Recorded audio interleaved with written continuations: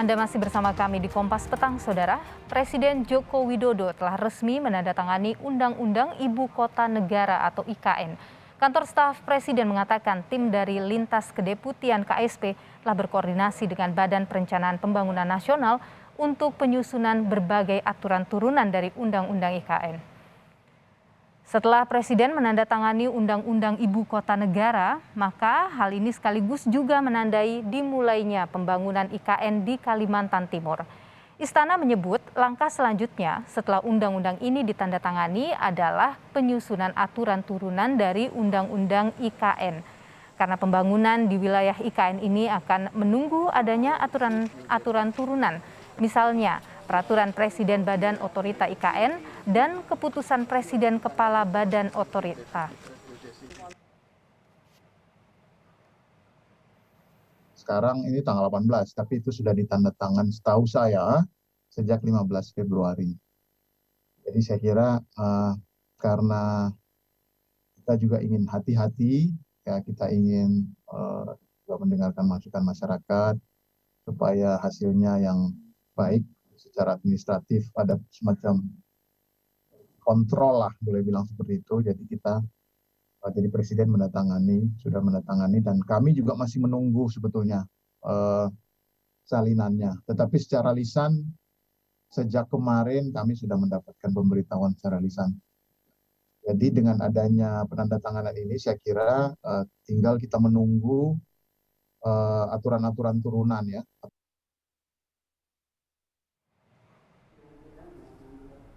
Dalam rapat paripurna penutupan masa sidang ketiga, Ketua DPR Puan Maharani menyebutkan DPR RI telah menetapkan 9 rancangan undang-undang menjadi undang-undang dan 7 rancangan undang-undang menjadi inisiatif DPR, termasuk penetapan Undang-Undang Ibu Kota Negara atau IKN.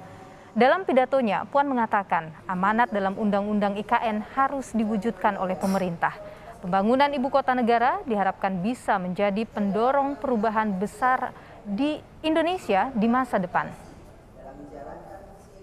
Undang-undang tentang Ibu Kota Negara telah disahkan dan telah menjadi komitmen bersama antara pemerintah dan DPR RI untuk mewujudkan amanat undang-undang tersebut sesuai dengan kewenangan konstitusionalnya.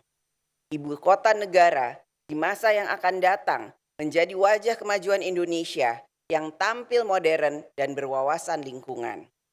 Pembangunan Ibu Kota Negara diharapkan dapat menjadi pendorong perubahan besar di Indonesia dalam menyongsong Indonesia sebagai kekuatan ekonomi dunia di masa yang akan datang. Anggota DPR dari fraksi Golkar mengusulkan Kepala Otorita Ibu Kota Negara pada tahap awal bisa dirangkap oleh menteri yang berada di dalam kabinet pemerintahan saat ini. Ketua Komisi 2 DPR dari fraksi Partai Golkar Ahmad Doli Kurnia menilai Kepala Otorita IKN harus berpengalaman dalam birokrasi dan memahami visi misi dari Presiden Jokowi dalam pembangunan IKN. Sementara anggota DPR dari fraksi Demokrat Herman Hairon menyerahkan putusan soal Kepala Otorita Kepala Otorita IKN kepada Presiden. Ia mengatakan Kepala Otorita harus bisa berkoordinasi dengan Presiden dalam membangun IKN. Adalah saya kira orang yang mempunyai pengalaman dengan dunia birokrasi, ya, apalagi di tahap pertama ini kan keterlibatan pemerintah itu penting, ya. Mungkin saya sih sebetulnya lebih mendorong bisa saja dirangkap menjadi salah satu menteri yang ada sekarang, gitu ya, supaya tadi kan untuk bisa langsung menerjemahkan visi presiden, kan dia ada dalam kabinet sekarang. Sebagai seorang gubernur lah, atau kalau memang kelasnya otorita ya sebagaimana kepala badan otorita, bahwa ya mereka yang harus bisa memahami betul terhadap nilai-nilai kultur lokal. Membangun itu perlu itu. Yang kedua, yang membangun perlu beradaptasi terhadap ekosistem dan lingkungannya. Yang ketiga,